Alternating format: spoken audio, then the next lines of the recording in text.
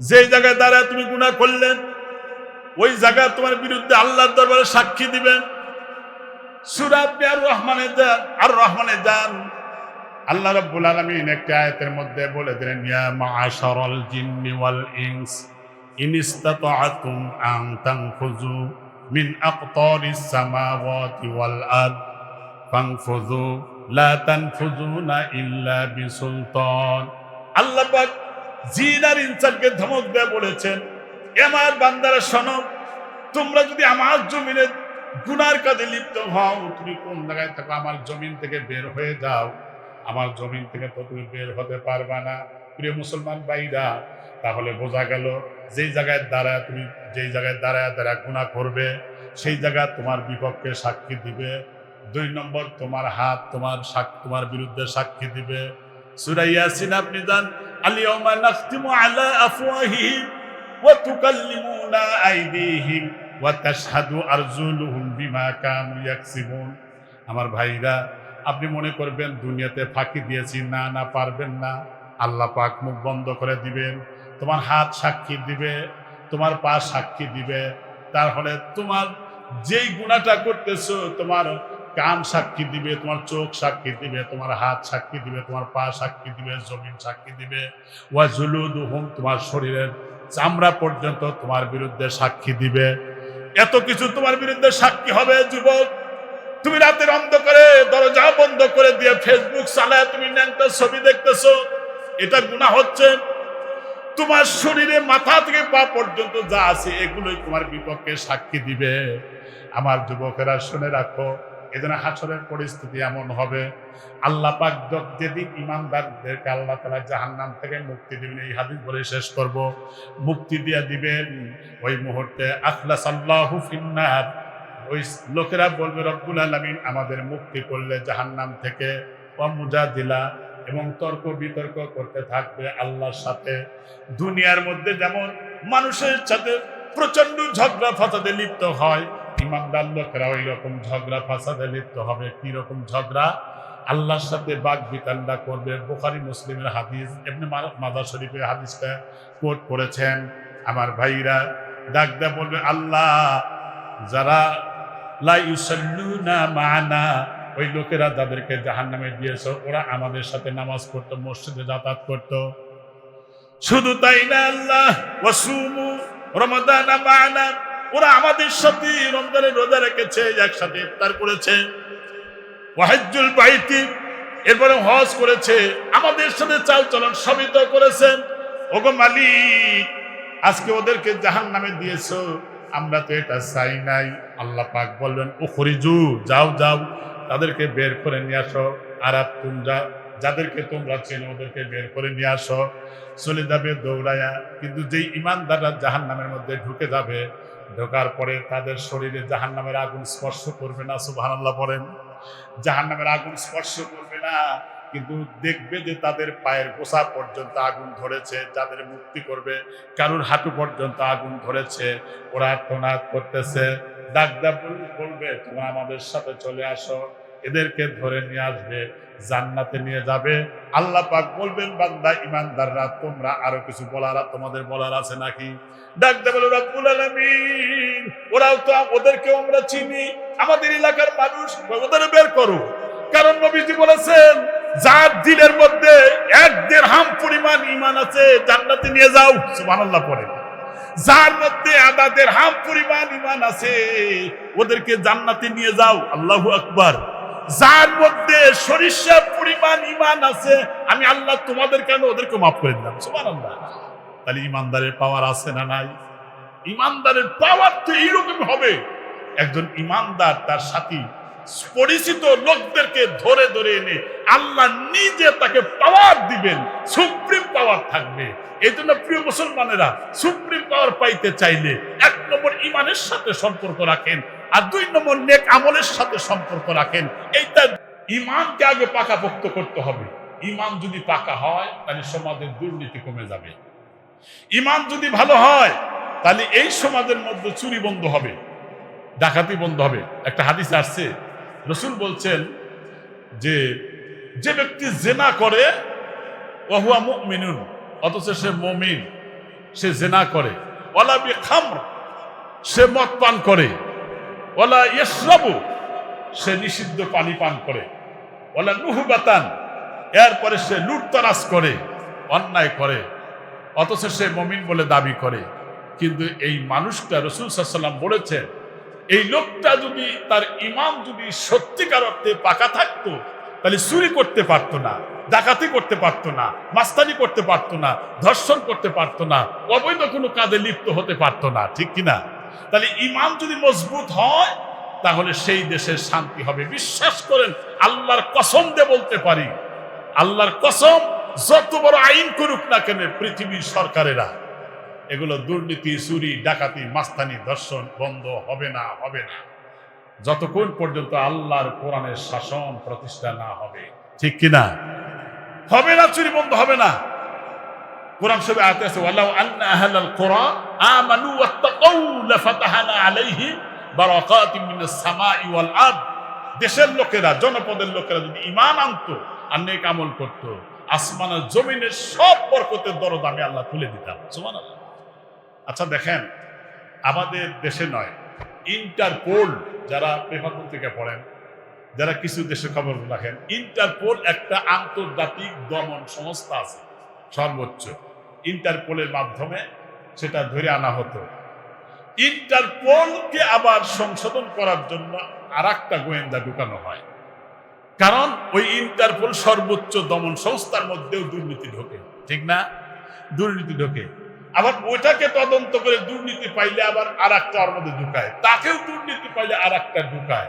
মানে তারা আসলে মূলত যতক্ষণ পর্যন্ত আল্লাহর ভয় আর ঈমান ভিতরে না থাকবে, ততক্ষণ পর্যন্ত ইন্টারপোল কেন যত বড় কঠিন আইন করুক না কেন, ও দুর্নীতি করবে, ও চুরি করবে, ও ঘুষ খাবে, ও মদ পান করবে, ও জেনা করবে, ও ব্যভিচার করবে, হত্যাও করবে, দর্শনও করবে, নিজের পথকে ক্লিয়ার করার জন্য অপরকে খুন করতেও কুণ্ঠাবোধ করবে না, কারণ তার মধ্যে তাকওয়া নাই, ঠিক কিনা?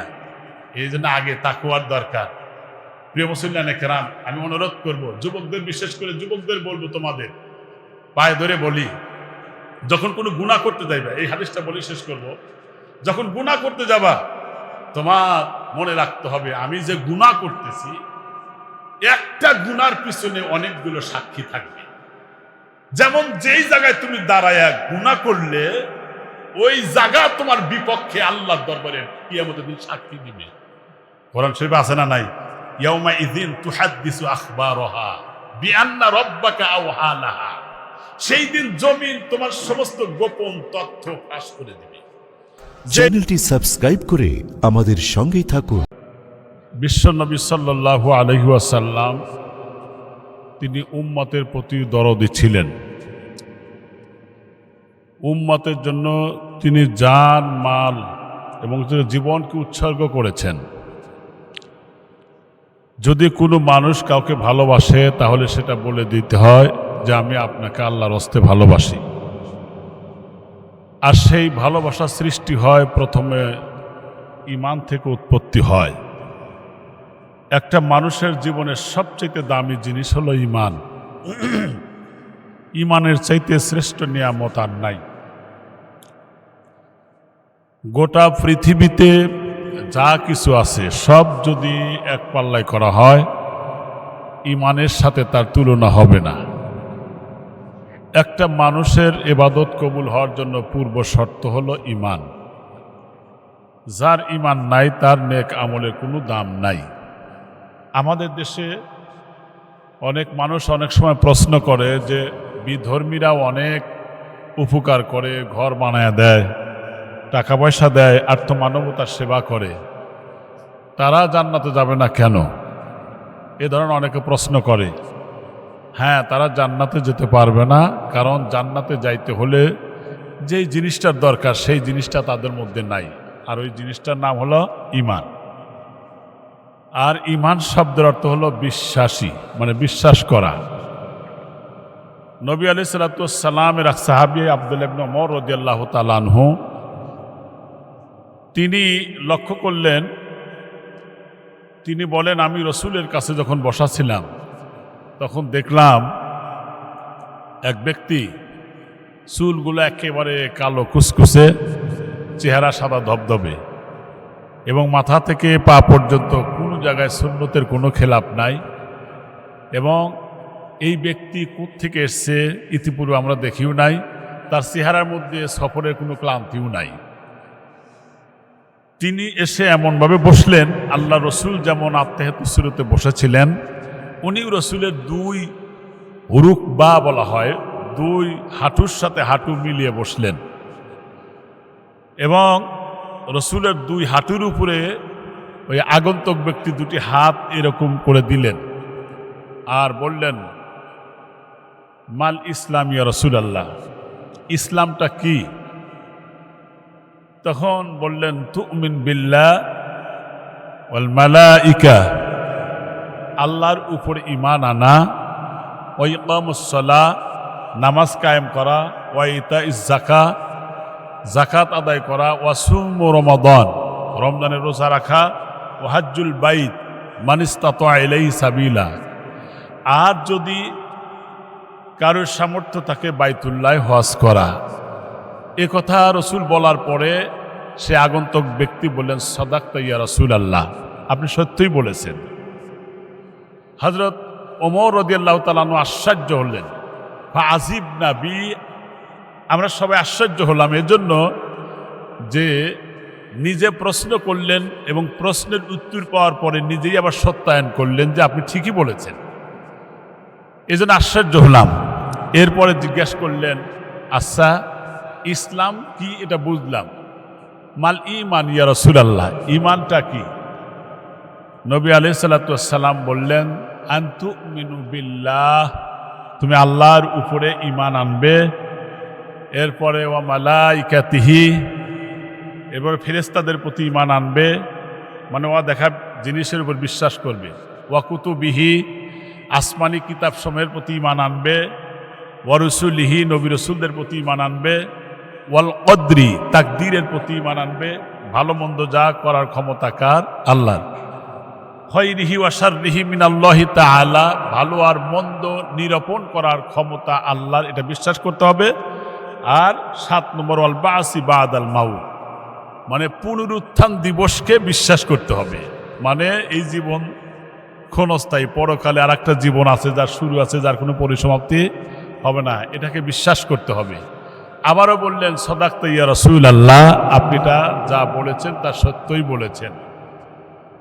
হযরত ওমর আশ্চর্য হয়ে রসুলকে জিজ্ঞেস করলেন আগন্তুক যাওয়ার পরে, হুজুর বুঝতে পারলাম না, আপনার কাছে জানতে চাইলেও আবার সে নিজেই প্রশ্নকর্তা, ইসলাম এবং ঈমান একে অপরের সাথে অঙ্গাঙ্গিভাবে জড়িত, একটা ছাড়া আর একটা কল্পনা করা যায় না। যেমন একটা গাছের বীজ যদি না থাকে, সেই গাছের কোনো কল্পনা করা যায় না, বীজের দ্বারাই সেই গাছের পরিচয়, আর বীজ না থাকলে সেই গাছের কোনো পরিচয় পাওয়া যায় না। অতএব ইসলাম আর ঈমানের সাথে সম্পর্ক এইরকম অঙ্গাঙ্গিভাবে জড়িত। নবী আলাইহিস সালাতু ওয়াস সালাম বলেন, যাকা তাআমুল ঈমান, ওই ব্যক্তি পরিপূর্ণ ঈমানের স্বাদ পেয়েছে। কোন ব্যক্তি? মান রাদিয়া বিল্লাহি রাব্বাও, যে ব্যক্তি আল্লাহ যে রব এটা সে মেনে নিয়েছে। শুধু আল্লাহ রব এটা বিশ্বাস করলে, শুধু বিশ্বাস করাটার নাম না, এবং এটা বাস্তবে আমাকে অনুশীলন করতে হবে। শাসনকর্তা যেমন আল্লাহ, শাসনকর্তাকে আল্লাহ, আইনদাতাকে আল্লাহ, সৃষ্টিকর্তা আল্লাহ, সব কিছুর মালিক আল্লাহ, কুল কায়নাতের মালিক আল্লাহ। এটা শুধু বিশ্বাস না, এর সাথে আমল। এজন্য আল্লাহ পাক সূরা কাহাফে বলেছেন, ইন্নাল্লাযীনা আমানু ওয়া আমিলুস সালিহাতি, নিশ্চয়ই যারা ঈমানদার আর যারা সৎকর্মশীল, কানাত লাহুম জান্নাতুল ফিরদাউস নুজুলা, তাদের জন্য জান্নাতুল ফিরদাউস অবশ্যই রয়েছে। সুবহানাল্লাহ পড়েন। তাহলে ঈমানের পূর্ণ স্বাদ পেয়েছে কারা? যে ব্যক্তি রবকে আল্লাহ বলে স্বীকার করে নিয়েছে। অবিল ইসলামে দীনান, এবং দ্বীনকে, ইসলামকে আল্লাহর মনোনীত ধর্ম হিসাবে গ্রহণ করেছে।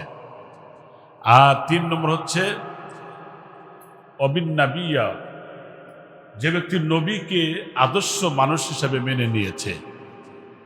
এখানে একটা প্রশ্ন আছে, এই যে দ্বীন ইসলামকে যখন মেনে নিয়েছি, অন্য কোনো আদর্শ যদি আমার মধ্যে থাকে, কথাটা খুব ভালো করে বুঝবেন, তাহলে সেই ব্যক্তির ঈমান আমল পুরোটাই কবুল হবে না। যেমন জাতীয়তাবাদ এটা একটা কুফরি মতবাদ, এটা ইসলামী মতবাদ না। ধর্মনিরপেক্ষ মতবাদ এটা কুফরি মতবাদ। কমিউনিজম এটা কুফরি মতবাদ। সমাজতন্ত্র এগুলো কুফরি মতবাদ। তাহলে ইসলামকে বাদ দিয়ে যদি কেউ এই সমস্ত তন্ত্র মন্ত্র, তার মত পথ আদর্শ যদি গ্রহণ করে, তার নামাজ রোজা কবুল হবে না। তার দলিল আল্লাহ রাব্বুল আলামিন বলেন, وَمَن يَبْتَغِ غَيْرَ الْإِسْلَامِ دِينًا فَلَن يُقْبَلَ مِنْهُ وَهُوَ فِي الْآخِرَةِ مِنَ الْخَاسِرِينَ। আল্লাহ পাক বলেন, যে ব্যক্তি وَمَن يَبْتَغِ غَيْرَ الْإِسْلَامِ دِينًا, যে ব্যক্তি ইসলামকে বাদ দিয়া অন্য কোনো মতাদর্শকে গ্রহণ করে, ফালাই ইউকবালা মিনহু, তার নামাজ রোজা হজ জাকাত দান সদকা ভালো কোনোটাই আল্লাহর কাছে কবুল হবে না। ওয়া হুয়া ফিল আখিরাতি মিনাল খাসিরিন, এবং কিয়ামতের দিন সে সবথেকে ক্ষতিগ্রস্ত হবে। দুনিয়াতে হাজার ভালো কাজ করার পরেও ঈমানের মূল ভিত্তিটা না থাকার কারণে সে পরকালে জাহান্নামে চলে যাবে। তার নামাজ রোজার কোনো দাম নাই। তাহলে বোঝা গেল যে জাতীয়তাবাদে বিশ্বাসী, এই আয়াতের প্রেক্ষিতে বোঝা যায় তার ঈমান নাই। যে ধর্মনিরপেক্ষ মতবাদে বিশ্বাসী, এই আয়াতের দ্বারা প্রমাণ তার ঈমান নাই। কমিউনিজমে যারা বিশ্বাসী তাদের ঈমান নাই। এরপরে সমাজতন্ত্রে যারা বিশ্বাসী তাদের ঈমান নাই। আল্লাহ বলছেন, ইন্নাদ দীনা ইনদাল্লাহিল ইসলাম, আমার কাছে একমাত্র দ্বীন ইসলাম হচ্ছে মনোনীত। আর আল্লাহর দেওয়া দ্বীনকে যতক্ষণ পর্যন্ত প্রতিষ্ঠার আন্দোলনে নিজেকে শরীক করবে না, সে ব্যক্তির কোনো মত পথ ভালো কোনো কিছু কবুল হবে। এখানে পুরা তাফসির ইবনে কাসির পড়লে আপনারা পাবেন। এদের প্রিয় মুসলমান ভাইরা, আগে আমাকে ঈমানটা শিখতে হবে। ঈমান হলো সবচেয়ে বড় দামি জিনিস। ঈমানের পাওয়ার না থাকলে সে পরকালে জান্নাতে যাওয়ার কোনো সুযোগ নাই, এটা 100% শিওর।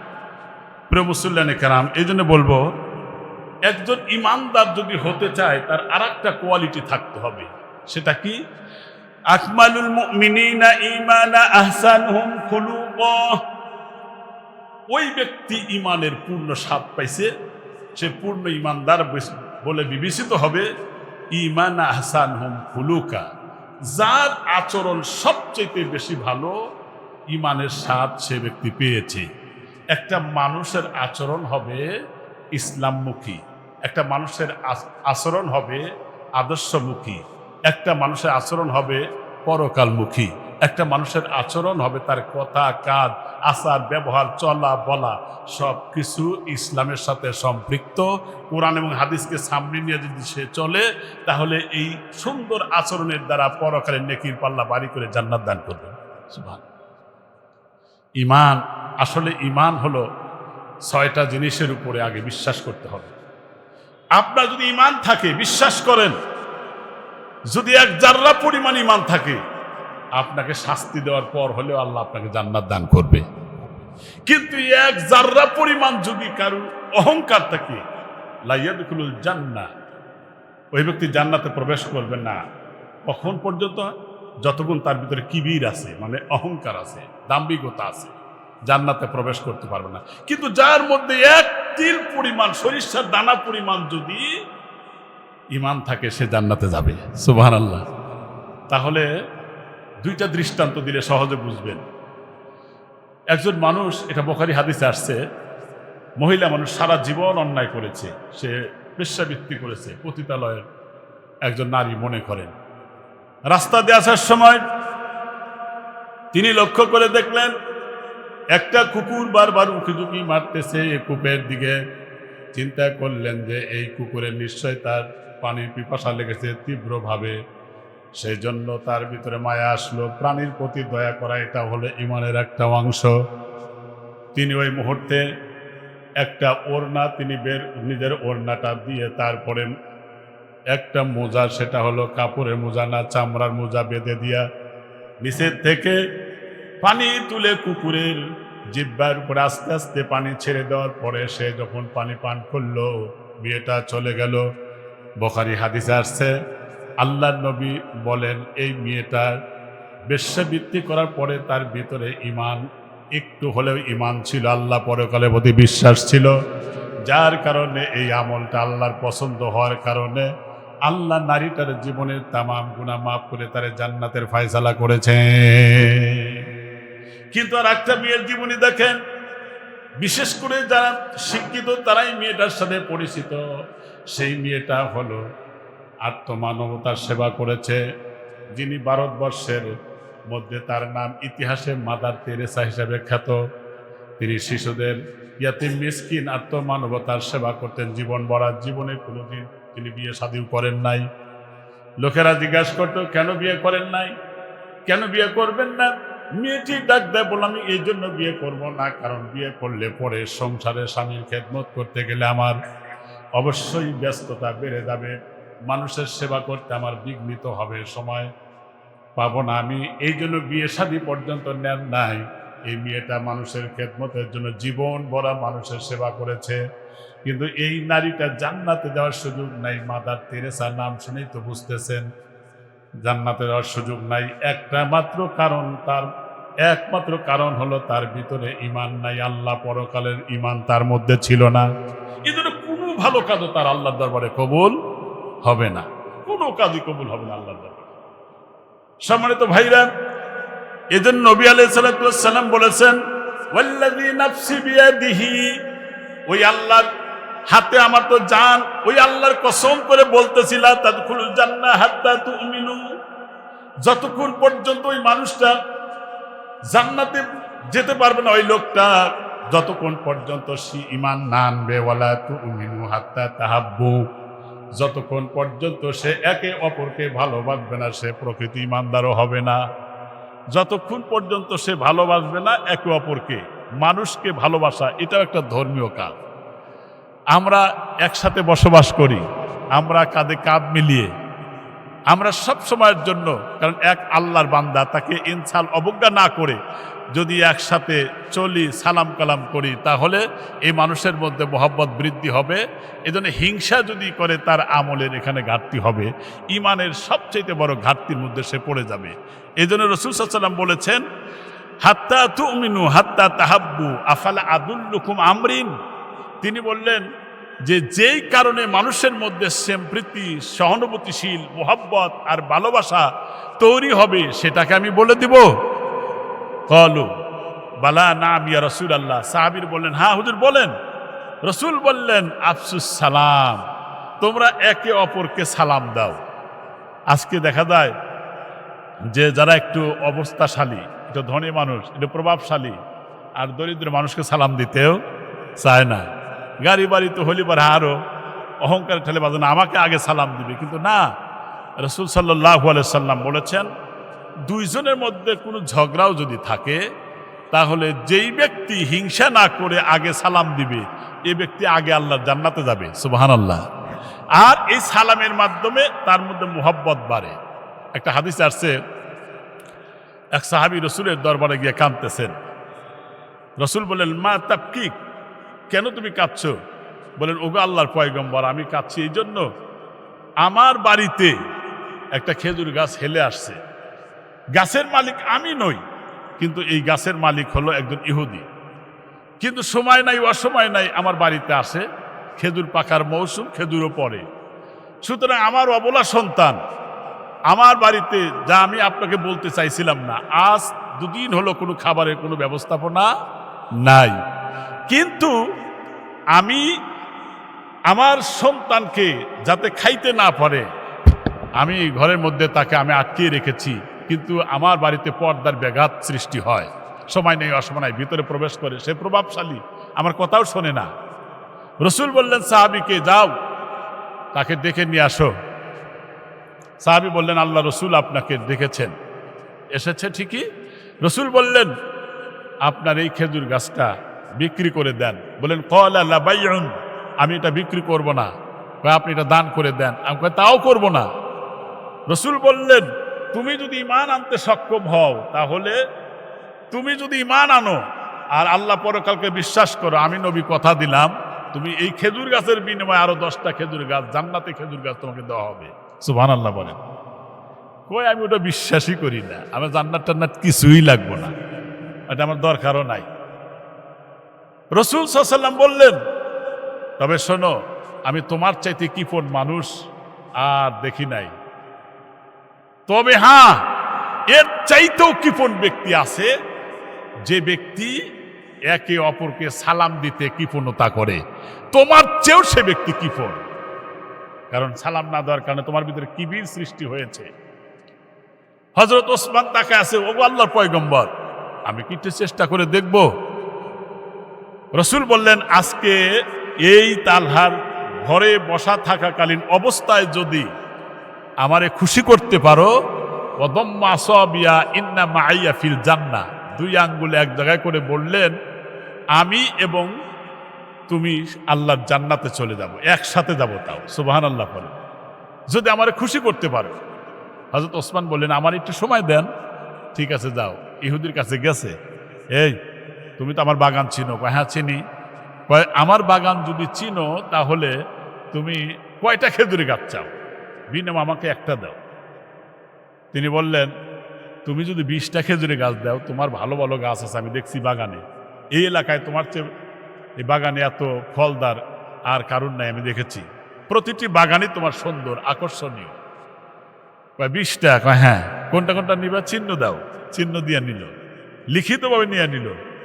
আর যেই মরা মরা খেজুরি গাছটা তিনি নিলেন, নিয়ে খুশি হয়ে আসতেছিলেন সন্তুষ্ট হয়ে, পিছন থেকে ইহুদি লোকটা ডাক দেখো, হয়, ওসমান, শুনেছিলাম তুমি খুব চালাক এবং জ্ঞানীমান, বুদ্ধিমান, কিন্তু আমার দৃষ্টিতে তোমার চাইতে বোকা আর একটাও নাই। হযরত ওসমান ডাক দে বলে, কেন ভাই, কেন আমি বোকামি করলাম বলো? কয়, বোকামি এই জন্য করলে, আমার একটা খেজুরের গাছ তুমি নিলা, যেই গাছটা আর 2-1 বছর ফল দিলে দিতেও পারে, নাও পারে, দুর্বল হয়ে গেছে, মরে যাবে এখন।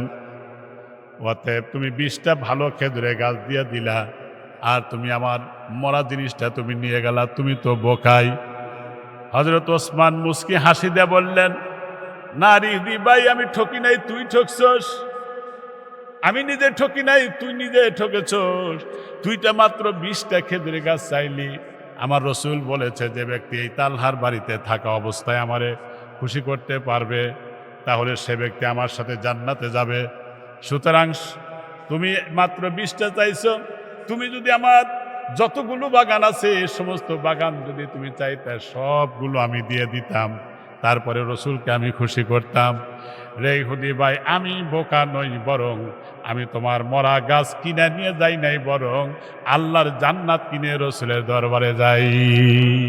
সুবহানাল্লাহ, আমি তো আল্লাহর জান্নাত কিনে নিয়ে যাচ্ছি। আমার তো টার্গেট হচ্ছে রাসূলের ভালোবাসা। লা ইউমিনু আহাদুকুম হাত্তা আকুনা হাব্বা ইলাইহি, ওই ব্যক্তি তো প্রকৃত ঈমানদার না যতক্ষণ পর্যন্ত তার বাবা, তার সন্তানাদি সবকিছুর চাইতে আমি রাসূলকে বেশি ভালো না বাসবে, সে ব্যক্তি প্রকৃত ঈমানদার না। এটা ডাইরেক্ট হাদিস, এটা তো হাদিস বললাম। হযরত ওমরের জীবনী দেখলাম, রাসূল বললেন, ওমর, তুমি আমাকে কতটুকু ভালোবাসো? বললেন, আমি আপনাকে ভালোবাসি, কিন্তু আমার জীবনের চাইতে বেশি ভালোবাসি না। আমরা হলে বলে দিতাম, হ্যাঁ, জীবনের চেয়ে বেশি ভালোবাসি, কারণ আমাদের মধ্যে কপটতা আছে, আমাদের মধ্যে মুনাফিকি ভাব আছে, আমাদের অন্তরে কথা মুখ দিয়ে বলি না, মুখে এক কথা, অন্তরে আর এক কথা, ঠিক না ভাই? কিন্তু সাহাবায়ে কেরাম তা না, অন্তরে যা বাহ্যিক দিচ্ছে তাই তিনি বের করতেন। কিছুক্ষণ পর বললেন, হুজুর, এখন আমি আপনাকে আমার জীবনের চেয়েও বেশি ভালোবাসি। রাসূল বলেন, আল আনা ইয়া আমার, হ্যাঁ, এখন হয়েছে, এখন ঠিক বলেছ। আচ্ছা, জীবনের চেয়ে বেশি ভালোবাসতে হবে, এটা তো আল্লাহরও কথা। কোরআন শরীফে আয়াতে আপনি খুলে দেখতে পারেন, সূরা তওবার 24 নম্বর আয়াতে আছে। আল্লাহ রাব্বুল আলামিন বলেন, কুল ইন কানা আবাউকুম, হে নবী আপনি বলে দেন তোমার পিতা, ওয়া আবনাউকুম তোমার সন্তানাদি, ওয়া ইখওয়ানুকুম তোমার ভাই ব্রাদার, ওয়া আজওয়াজুকুম তোমার স্ত্রী পরিবার, ওয়া আশিরাতুকুম তোমার অর্জিত সম্পদ, ওয়া আমওয়ালি তোমার ধন সম্পদ, নিকতারাবতুমুহা যেটা তুমি সবসময় গণনা করো, এমনকি ভালোবাসো, ওয়া মাসাকিনু তারদাউনাহা তুমি যে ঘরে থাকতে স্বাচ্ছন্দ্য ফিল করো, এটার চাইতেও আহাব্বা ইলাইকুম মিনাল্লাহ, তার মানে তোমার বাবার চাইতে, মায়ের চাইতে, ছেলের চাইতে, মেয়ের চাইতে, স্ত্রীর চাইতে, আত্মীয় স্বজনের চাইতে, ধন সম্পদের চাইতে, ব্যবসা বাণিজ্যের চাইতে, কুল কায়নাত যা আছে সব কিছুর চাইতে, যতক্ষণ পর্যন্ত তিনটা অপশনকে বেশি ভালো না বাসবে সেই ইমানদার না। সেই তিনটা কি? আমি আল্লাহ, 2 ওয়া রাসূলিহি আমার নবী, আর 3 আল জিহাদু ফি সাবিলিল্লাহ আল্লাহর দ্বীন প্রতিষ্ঠা করার জন্য প্রচেষ্টা করা।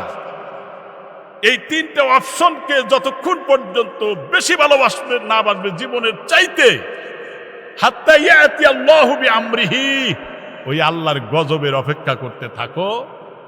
ওয়াল্লাহি লা ইয়াহদিল কওমাল ফাসিকিন, আর যতক্ষণ পর্যন্ত জীবনের সবচাইতে সবকিছুর চাইতে বেশি না বাসবে সে হলো মুনাফিক, আর এই মুনাফিক ব্যক্তিকে হেদায়েত আমার আল্লাহ দিবেন না, এটা হলো আল্লাহ তাআলার ওয়াদা। তাহলে জীবনের সবচাইতে বেশি ভালোবাসা আমাদের মধ্যে কয়জনের মধ্যে আছে? আমার নবীর বিরুদ্ধে যখন টিটকারি করে, উপহাস করে, তখন কি ভিতরে কি বারুদের মতো জ্বলে ওঠার দরকার আছে না নাই? অবশ্যই আছে, নইলে তো জীবনের চেয়ে বেশি হইল না। একটা দৃষ্টান্ত দিয়ে সহজে বুঝবেন। উহুদের যুদ্ধে সম্ভবত এক সাহাবী স্ত্রী, তিনি দৌড়াচ্ছেন উহুদের দিকে, মদিনা থেকে প্রায় 3 মাইল দূরে। জিজ্ঞেস করলেন, আপনি দৌড়ান কেন? বললেন, এই কথা পরে থাক, আগে বলো যে রসুল কেমন আছে। সুবহানাল্লাহ বললেন না? তুমি খবর রাখো, তোমার স্বামী তো শহীদ হয়ে গেছে, রসুল কেমন আছে। চলে গেলেন। আর একজন কয়, যাও কোথায়, তোমার বড় ছেলেটা শহীদ হয়ে গেছে, রসুল কেমন আছে। তুমি যাও কোথায়, মেজ ছেলে, 4টে সন্তান ছিল, স্বামী ছিল, তার আত্মীয় স্বজন মিলে প্রায় 12 জন মারা গেছে, শহীদ হয়ে গেছে। একটাই টার্গেট, তিনি বললেন, আগে বলো রসুল কেমন আছে, কারণ আমার স্বামী আমার কাছে বড় সমাজ গেছে, দুনিয়াতে বিদায় হয়ে গেছে, আমার কোনো আপত্তি নাই। আমার ছেলে গেছে, আমার কোনো আপত্তি নেই, আমি গর্বিত, আমি শহীদের মা, আমি শহীদের স্ত্রী, এটা আমার গর্ববোধ করতেছি। কিন্তু আগে বলো রসুল কোথায়। দৌড়ে একটা ভিড়ের মধ্যে জানতে পারলেন রসুল এখনো জীবিত আছে। তিনি বলেন, ওগো আল্লাহর পয়গম্বর, আমি আমার স্বামী মরার শোক, আমার ছেলে মরার শোক, আমার আত্মীয় স্বজন যারা এসেছিল তাদের শাহাদত মরার শোক, এটা আমি কিচ্ছু মনে করলাম না। আপনি যে পৃথিবীতে বেঁচে আছেন, আমার জীবনের চাইতে আপনাকে বেশি ভালোবাসি, এটাই হলো চূড়ান্ত সান্ত্বনা। সুবহানাল্লাহ। তাহলে কি আসলে জীবন দেওয়া ভালোবাসা দেখার নাই? হ্যাঁ, দেখা গেছে। হযরত যায়েদ বিন দাসিন রাদিয়াল্লাহু তাআলা আনহুর একজন জীবনী দেখেন, উনি একজন সাহাবী।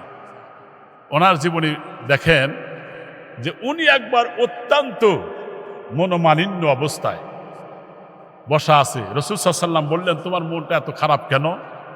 বলেন, ওগো আল্লাহর পয়গম্বর, আপনার দিকে তাকায় আছি, আমার মনে হচ্ছে, দেখতে ইচ্ছা হচ্ছে, কিন্তু আপনি যদি দুনিয়া থেকে বিদায় হয়ে যাবেন, আমার কি অবস্থা হবে, আমার কি অবস্থা হবে আপনাকে যদি না পাই।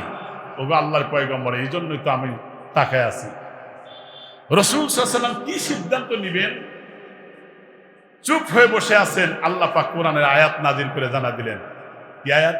ওয়ামাই ইউতিউল্লাহা ওয়ার রাসূলা ফাউলাইকা মাআল্লাযীনা আনআমা আল্লাহু আলাইহিম মিনান নাবিয়্যিনা ওয়াস সিদ্দিকিনা ওয়াস সালিহিন। কোরআনুল কারীমের আয়াত নাজিল করে জানা দিলেন, ও আল্লাহর রাসূলের সাহাবীকে নবী জীবনে দিলেন যে, সাহাবীরা শোনো, আমি যখন থাকবো না, কিন্তু আমার আদর্শ থাকবে, তুমি আমার আদর্শ বাস্তবায়ন করবে, ওয়াসসিদ্দিকিন, সত্যবাদীদের সাথে থাকবে, ওয়াসসালিহিন, নেককারদের সাথে থাকবে, শুহাদা, শহীদের পথ অবলম্বন করবে, আমার তরিকে মোতাবেক তোমরা চলবে, তাহলে আমাকে পাওয়া হয়ে যাবে, পরকালে তোমার সাথে আমার আল্লাহ দেখা দিয়ে দিবে। জীবনের সবচাইতে বেশি ভালোবাসতেন রাসূলকে। সম্মানিত মুসল্লিনে কেরাম, এই জন্য আমি আপনাদের জ্ঞাতার্থে বলতে চাই, জীবনের সবচাইতে বেশি ভালোবাসতেন হযরত সাওবান রাদিয়াল্লাহু তাআলা আনহু। তার জীবনী ভালো করে দেখেন। আল্লাহ রসুলের অনুমতি নিয়ে যুদ্ধের ময়দানে যখন চলে গিয়েছিলেন, ওই সময় বিভিন্ন জায়গায় শরীরের মধ্যে ক্ষত বিক্ষত হয়েছে। এরপরে তার একটাই চিন্তা, আমার রসুলের অবস্থা কেমন, এটাই আমার জানা দরকার। এরপরে নবী আলাইহিস সালাতু ওয়াস সালাম তিনিও ছিলেন, একটু আহত অবস্থায় ছিলেন। বারবার চিৎকার দিয়ে ডাক দেয়া বলেন, কোথায় আমার রসুল, আমি তাকে আগে দেখতে চাই, তার কাছে আগে যেতে চাই। এই কথা বলার সাথে সাথে বললেন, এখন দিনের বেলায় যাইতে তো সমস্যা হতে পারে, এখন যাওয়া যাবে না। কয় না না, কোনো সমস্যা, আমি এটা সমস্যা মনে করি না, কারণ আমার রসুলের ভালোবাসার জন্য যদি আমার জীবন চলে যায়, এটা আমার সৌভাগ্যের বিষয়, আমার নিয়ে চলো। সাওবান রাদিয়াল্লাহু তাআলা আনহু যেই মাত্র নবীজির কাছে তার আত্মীয় স্বজনের সাথে নিয়ে আসলেন, রাসূলুল্লাহ তাকায় দেখে কাঁদতেছেন, সাওবানও কাঁদেন। এই কান্নার দৃশ্য দেখে আশেপাশে তার সামনে যারা ছিল তারা নিস্তব্ধ হয়ে গেছে, আর বলছে, এভাবে কান্না বন্ধ করে দেন, নইলে তো আসমানের অবস্থা যে অবস্থা হচ্ছে, যেন আমার মনে হয় থরথর করে কাঁপতেছে। এই একটা অবস্থার অবতারণা হয়েছে। এই মুহূর্তে জিবরাইল আমিন এসে বললেন, ইয়া রাসূলুল্লাহ, কান্না বন্ধ করে দেন, আপনাদের কান্নার কারণে আল্লাহ রাব্বুল আলামিন আরশ পর্যন্ত, তাহারাকাত আরশুহু, গোটা আরশ পর্যন্ত থরথর করে কাঁপা শুরু হয়ে গেছে। এটা হচ্ছে ভালোবাসা। নিজের সন্তানের প্রতি তার খেয়াল নাই, স্ত্রীর প্রতি তার খেয়াল নাই, সম্পদের প্রতি খেয়াল নাই, একমাত্র খেয়াল আমার রাসূল ঠিক আছে কিনা। সুবহানাল্লাহ বলেন। তাহলে আমাদের অবস্থা কেমন? আমাদের দেশে দেখবেন কিছু মানুষ আছে, রাসূলের বিরুদ্ধে যখন কেউ কটূক্তি করে, দেখবেন যে ওই সময় কিছু মানুষ আছে টিটকারি করে, এরা কেন এইরকম লাফালাফি করে, মোল্লারা কেন লাফালাফি করে, মোল্লারা এত লাফালাফি, কোন দেশে সমালোচনা হয়েছে? প্রিয় মুসলমান ভাইরা, রাসূলের অপমানে যদি না কাঁদে তোর মন, মুসলিম নয় তুই, মুনাফিক, নবীজির দুশমন। এটা বলেছেন কাজী নজরুল ইসলাম। কাজী নজরুল ইসলামের ফতোয়াতেই তুমি মুনাফিক। আর যতক্ষণ পর্যন্ত কোরআনের আয়াত যেটা বললাম, আল্লাহ রসুলের প্রতি জীবনের সবচাইতে বেশি ভালোবাসা না থাকবে, ততক্ষণ পর্যন্ত তুমি ইমানদারি না, ঠিক না? তাহলে কি হইল আমার জীবনে? এ যুবক প্রিয় ভাইরা, সকলের গাথাতে বলতে চাই, ইমানকে আগে পাকাপোক্ত করতে হবে। ইমান যদি পাকা হয়, তাহলে সমাজের দুর্নীতি কমে যাবে। ইমান যদি ভালো হয়, তাহলে এই সমাজের মধ্যে চুরি বন্ধ হবে, ডাকাতি বন্ধ হবে। একটা হাদিস আসছে, রাসূল বলছেন যে যে ব্যক্তি জেনা করে, ওয়া হুয়া মুমিনুন, অথচ সে মুমিন, সে জেনা করে, ওয়ালা বিখামর, সে মদ পান করে, ওয়ালা ইয়াশরাবু, সে নিষিদ্ধ পানি পান করে, ওয়ালা নুহবাতান, এরপরে সে লুটতরাজ করে, অন্যায় করে, অথচ সে মুমিন বলে দাবি করে। কিন্তু এই মানুষটা, রাসূল সাল্লাল্লাহু আলাইহি ওয়াসাল্লাম বলেছেন, এই লোকটা যদি তার ঈমান যদি সত্যিকার অর্থে পাকা থাকতো, তাহলে চুরি করতে পারতো না, ডাকাতি করতে পারতো না, মাস্তানি করতে পারতো না, ধর্ষণ করতে পারতো না, অবৈধ কোনো কাজে লিপ্ত হতে পারতো না, ঠিক কিনা? তাহলে ঈমান যদি মজবুত হয়, তাহলে সেই দেশের শান্তি হবে। বিশ্বাস করেন, আল্লাহর কসম দিয়ে বলতে পারি, আল্লাহর কসম, যত বড় আইন করুক না কেন পৃথিবীর সরকারেরা, এগুলো দুর্নীতি, চুরি, ডাকাতি, মাস্তানি, ধর্ষণ বন্ধ হবে না, হবে না, যতক্ষণ পর্যন্ত আল্লাহর কোরআনের শাসন প্রতিষ্ঠা না হবে, ঠিক কিনা? হবে না, চুরি বন্ধ হবে না। কোরআন শরীফে আয়াত আছে, ওয়ালাউ আন্না আহলাল কুরা আমানু ওয়াত্তাকাউ লাফাতাহনা আলাইহিম বারাকাতিম মিনাস সামাই ওয়াল আরদ। দেশের লোকেরা, জনপদের লোকেরা যদি ঈমান আনতো আর নেক আমল করতো, আসমান আর জমিনের সব বরকতের দরজা আমি আল্লাহ খুলে দিতাম। সুবহানাল্লাহ। আচ্ছা দেখেন, আমাদের দেশে নয়, ইন্টারপোল, যারা পেপার পত্রিকা পড়েন, যারা কিছু দেশে খবর রাখেন, ইন্টারপোল একটা আন্তর্জাতিক দমন সংস্থা আছে সর্বোচ্চ, ইন্টারপোলের মাধ্যমে সেটা ধরে আনা হতো। ইন্টারপোলকে আবার সংশোধন করার জন্য আর একটা গোয়েন্দা ঢুকানো হয়, কারণ ওই ইন্টারপোল সর্বোচ্চ দমন সংস্থার মধ্যেও দুর্নীতি ঢোকে, ঠিক না? দুর্নীতি ঢোকে, আবার ওইটাকে তদন্ত করে দুর্নীতি পাইলে আবার আর একটা ওর মধ্যে ঢুকায়, তাকেও দুর্নীতি পাইলে আর একটা ঢুকায়।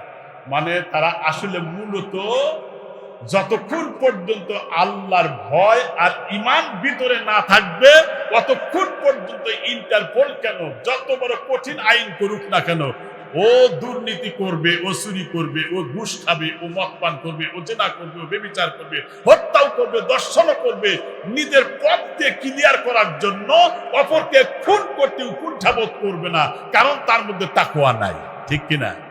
এই জন্য আগে তাকওয়ার দরকার। প্রিয় মুসলিম কেরাম, আমি অনুরোধ করব, যুবকদের, বিশেষ করে যুবকদের বলবো, তোমাদের পায়ে ধরে বলি, যখন কোনো গুনাহ করতে যাইবা, এই হাদিসটা বলে শেষ করব, যখন গুনাহ করতে যাবা তোমার মনে রাখতে হবে আমি যে গুনাহ করতেছি, একটা গুনার পিছনে অনেকগুলো সাক্ষী থাকবে। যেমন যেই জায়গায় তুমি দাঁড়ায়া গুনাহ করলে ওই জায়গা তোমার বিপক্ষে আল্লাহর দরবারে কিয়ামতের দিন সাক্ষী দিবে। কোরআন শরীফে আছে না নাই? ইয়াউমা ইযিন তুহাদ্দিসু আখবারহা বিআন্না রাব্বাকা আওহা লাহা।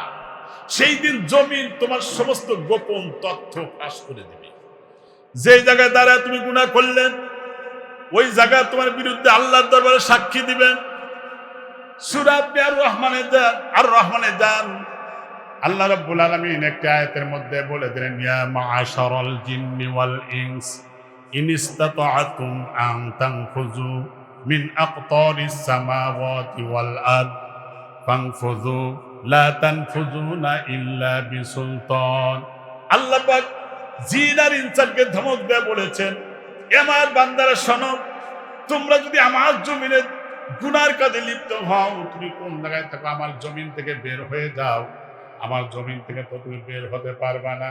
প্রিয় মুসলমান ভাইরা, তাহলে বোঝা গেল যেই জায়গায় দাঁড়ায় তুমি যেই জায়গায় দাঁড়ায় গুনাহ করবে সেই জায়গা তোমার বিপক্ষে সাক্ষী দিবে। 2 নম্বর, তোমার হাত তোমার বিরুদ্ধে সাক্ষী দিবে। সূরা ইয়াসিন আপনি জান, আল-ইয়াউমা নাখতিমু আলা আফওয়াহিহিম ওয়া তুকাল্লিমুনা আইদিহিম ওয়া তাশহাদু আরজুলুহুম বিমা কানু ইয়াকসিবুন। আমার ভাইরা, আপনি মনে করবেন দুনিয়াতে ফাঁকি দিয়েছি, না না, পারবেন না।